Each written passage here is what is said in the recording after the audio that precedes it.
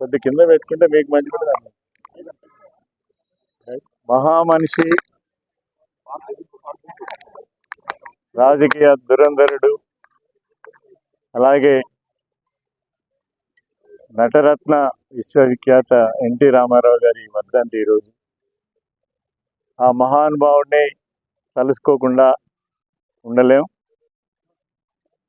అలాగే తెలుగు జాతి చరిత్రలో, అలాగే తెలుగు ప్రజల జీవన విధానంలో మమేకమైపోయినటువంటి మహానాయకుడు ఎన్టీఆర్ గారు.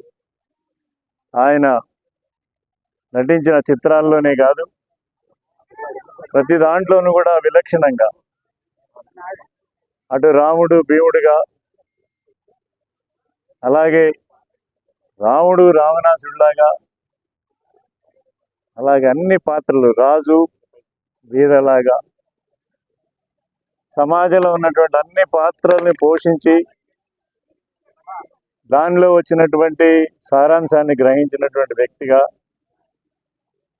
60 సంవత్సరాల్లో తన పరిపూర్ణ జీవితానికి ప్రజాసేవే ముఖ్యమనే ఉద్దేశంతో దేశ స్థాయిలోనూ, ఇంకా చెప్పాలంటే రాజకీయ రంగంలోనే 9 నెలల్లోనే ఒక పార్టీని స్థాపించి రాజకీయ పెను తుఫానుని సృష్టించి ఆ రోజునున్నటువంటి రాజకీయ వ్యవస్థని పాక్షణం చేసి యువతరానికి ఒక రాజకీయమైనటువంటి నేర్పుని కలిగించినటువంటి మహా వ్యక్తిగా ఈరోజు కూడా రాష్ట్రంలోనూ దేశంలోనూ తెలుగువారే కాకుండా కేంద్ర రాజకీయాలను కూడా ప్రభావితం చేసి ఎన్నో రాజకీయమైనటువంటి విలక్షణమైనటువంటి నిర్ణయాలు తీసుకుని అటు బీసీలని రిజర్వేషన్తో సహా అట్టడుగు వర్గాలను బీసీలతో పాటు మహిళలకి, మిగతా వర్గాలకి ఆ రోజున్నటువంటి ఈ రోజున ఎంతో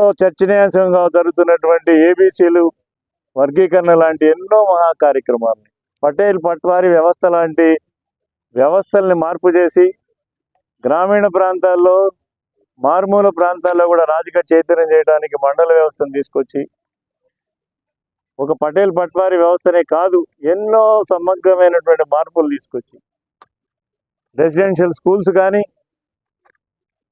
విలేజెస్ మన మండలాల్లో ఉండేటువంటి పిహెచ్సిలు కానీ, మహిళా యూనివర్సిటీలు కానీ, యూనివర్సిటీల్లో ఎన్నో కొత్త కొత్త విభాగాల్ని సృష్టించినటువంటి ఒక తత్వవేత్తగా, రాజకీయ పరిపూర్ణత కలిగినటువంటి వ్యక్తిగా, ఈ రాష్ట్రానికి సేవ చేసినటువంటి వ్యక్తిగా చిరకాలం ఈ వ్యవస్థలోనూ, తెలుగు జాతిలోనూ, జాతీయ రాజకీయాల్లోనూ చిరస్థాయిగా ఉండే మహానాయుడి యొక్క వర్ధంతిని జరుపుకోవడానికి, అలాగే దాంట్లో మేమందరం భాగస్వామి అవడానికి గ్రామ ప్రజలందరూ కూడా ముందుకొచ్చి గతంలోనూ విగ్రహాన్ని ఈ రోజున ఇంత శోభామానంగా ఇంత చక్కటి వాతావరణంలో ఇక్కడ ఏర్పాటు చేసినందుకు వారికి కూడా అభినందన తెలియజేసుకుంటూ, ఇక్కడికి వచ్చినటువంటి మీ అందరి మరొకసారి నా హృదయపూర్వమైనటువంటి అభినందన తెలియజేసుకుంటూ సెలవు.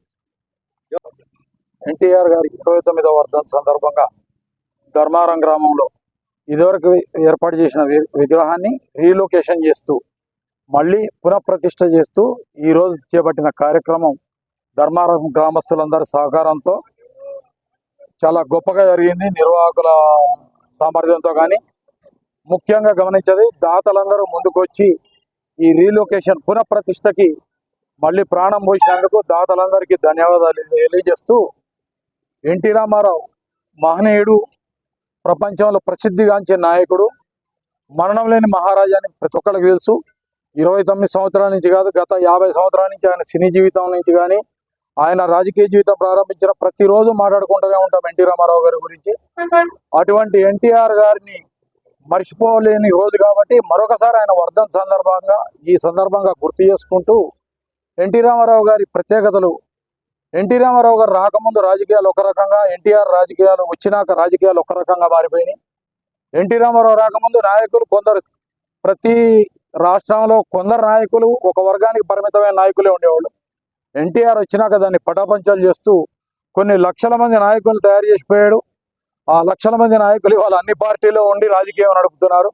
అటువంటి చరిత్ర సృష్టించిన ఎన్టీ రామారావు అక్కడెక్కడికో దాకా కూడా అవసరం లేదు. ఇక్కడ ఈ గ్రామంలో పుట్టిన మండ వెంకటేశ్వరరావు గారు కూడా ఎన్టీ రామారావు గారి చరిష్మాతో బయటకు వచ్చి రాజకీయ ఉద్దండుడుగా మారిన సంగతి ప్రతి ఒక్కరికి తెలిసిందే. అటువంటి ఎంతో మంది నాయకుల్ని పుట్టించిన చరిత్ర ఎన్టీ రామారావుది. అటువంటి మహానాయకుడిని ఒక వర్గానికి లేకపోతే ఒక కులానికి ప్రాతినిధ్యం కాకుండా అందరూ, ప్రతి పేదవాడికి, ప్రతి తెలుగువాడు గర్వపడేటట్టు ఈ రాష్ట్రానికి చిరకాల ప్రతిష్ట నిలిపించేటట్టు ఇంకా 1000 సంవత్సరాలైనా కూడా ఆయన పేరు చెరిగిపోకుండా ఆయన చేసిన పనులు గుర్తుంచుకుంటారు ప్రజలు.